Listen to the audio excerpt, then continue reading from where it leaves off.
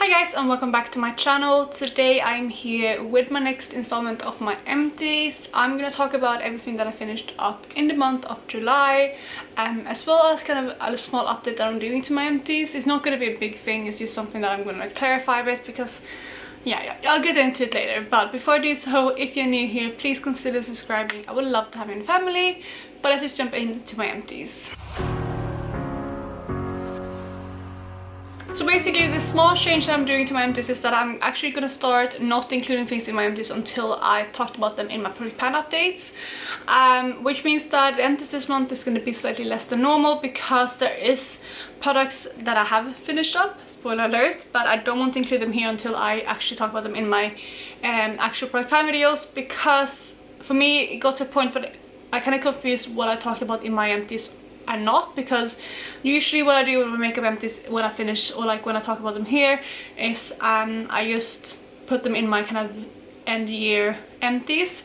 But with products that were in product pans, I had to put them back in my collection until I talked about them in my product pan updates, and then I just kind of got confused if I actually talked about them in my empties or not. So for just simplicity's sake, I am gonna keep the products that I finish in product pans in my collection or in like on the side of my desk until I talk about them in an update, and then after that put them in my empties basket, and then that way I can keep track of what I have talked about in my empties and not. So hope that's okay, but that also means that there is a few items less this month because I'm kind of pushing them over to next month's empty, if that makes sense. But I'm going to jump into my empties, and as always I'm going to start with body and hair. So I'm going to start with kind of the most boring thing, and that is my deodorant. I had talked about this brand before, and I was again kind of torn on whether to include deodorants in these videos, but I just thought that it could be helpful, and this is the one that I'm currently using. It is my new favorite.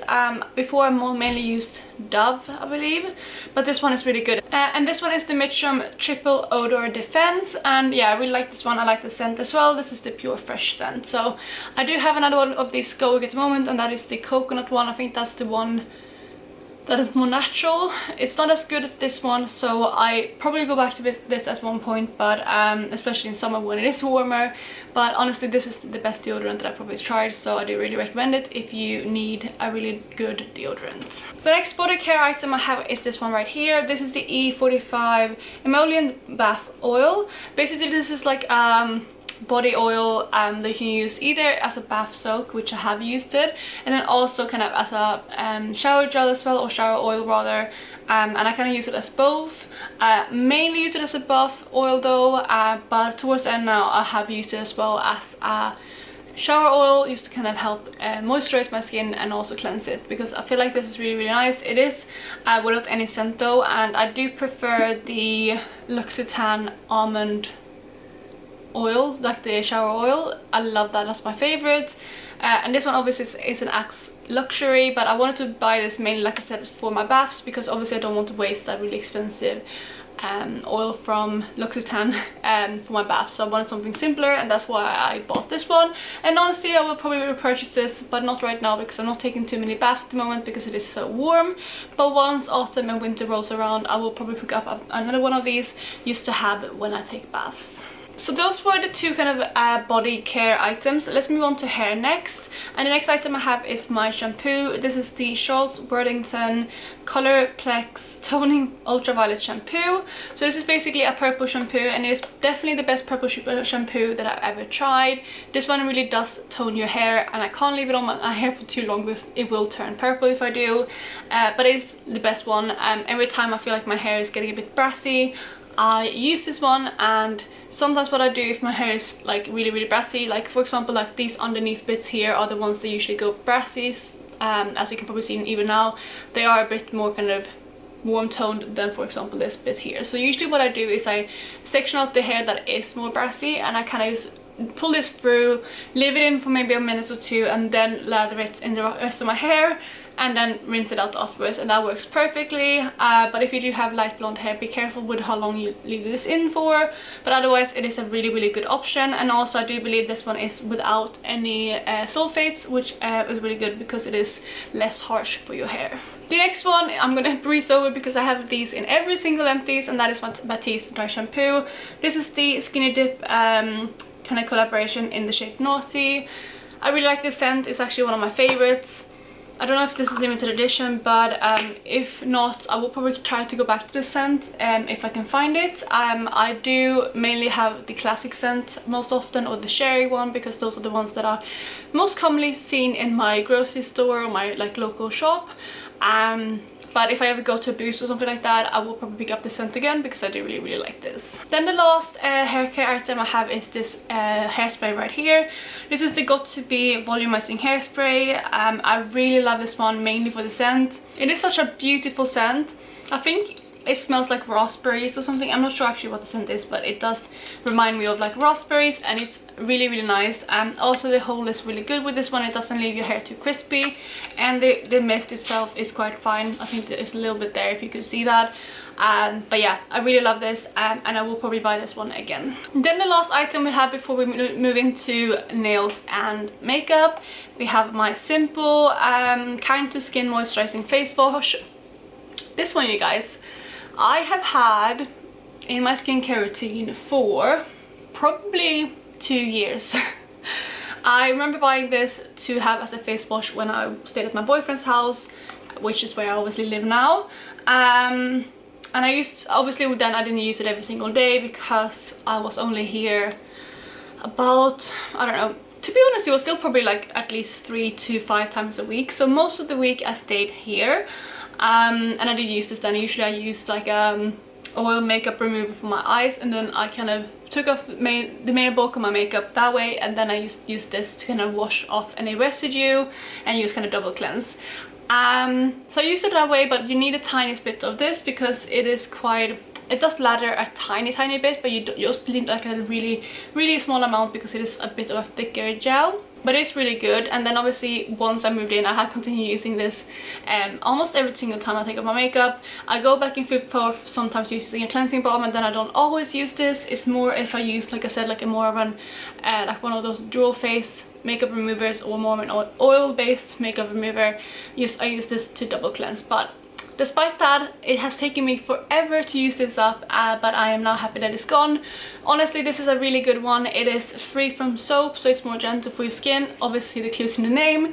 It is really nice. I might repurchase this as well in the future, but I do want to try some other ones. For example, I think the one I want to try next is the one from Cetaphil. I think that's the one it is. Or is it the CeraVe? I think this is CeraVe actually that I want to try. Used to switch it up because my skin gets quite dry, and although this one is a moisturizing face wash, I don't find it's the most moisturizing, so I want to try something else to see if I like it better. But honestly, this is such a good bang for your buck. So if you're looking for something that will last you for a really long time but isn't too expensive, this is a really good one to go for. So we have my makeup and nail empties next. I actually only have one nail polish empty this month, so I'm going to go through that first. That is my Bourjois So Lucky Gloss nail polish, and this one is in the shade Peace and Mauve. This one was a really light kind of mauve tone, you can see it right there, and I did have this in my product polish, so I did finish it up that way. And this one is completely empty now. I did like this shade, but it was a bit more difficult to work with because usually you had to wear 3 or 4 layers because it was a bit more sheer. And because of that, it's not something that I probably will repurchase.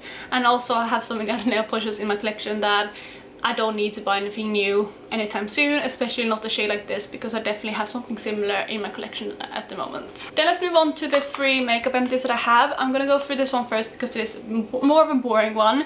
This is my mascara, and this one is the Maybelline Lash Sensational Mascara in Waterproof. I love this mascara. It's probably one of my favorites. I'm actually currently have this one open as well as another one, because usually what I do is I kind of have a mascara until it starts going really dry. Well, like, not really dry, but when it starts drying up, I usually open a second mascara, and then I kind of apply the one that's half dried out first, because I find that then I can kind of build up the volume a bit, or like, it just creates like a base, and also it helps hold my curl, because that's why I buy waterproof mascara, because my eyelashes are super straight if I don't use that.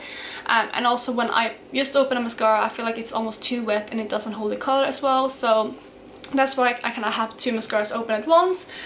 So currently I have the Sky High mascara from Maybelline as well, and then I have another one of these, and the other one I have of these are the one that's the newest one, so the Empty that will be next for my mascaras, it's the Sky High effect or whatever it's called. So yeah, that is this mascara, and obviously I have already purchased it, so I will definitely go back to this. It is, like I said, one of my favorite mascaras. And then I have two more items, and these are both items that I have finished up in different product pans. The first one I have is my Professional primer from Benefit. I had this in my Deco Panning project pan, I believe, and yeah, I did finish this one up.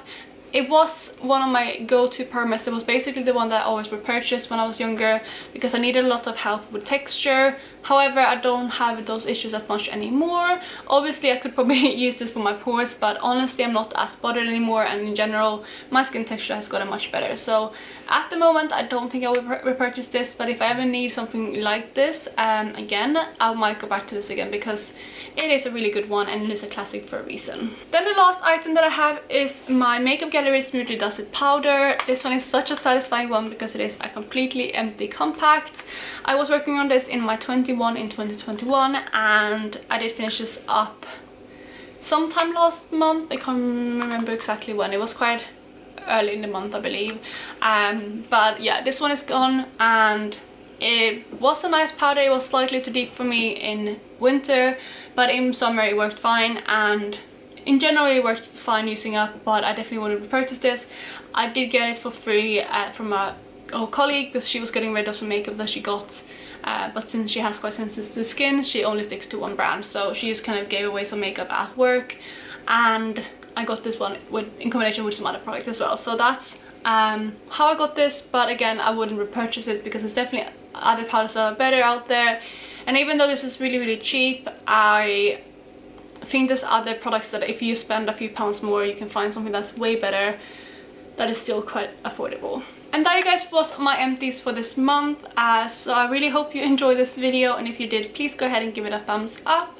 And otherwise, I really hope you're just having an amazing day wherever you are, and I will catch you in my next video. Bye guys!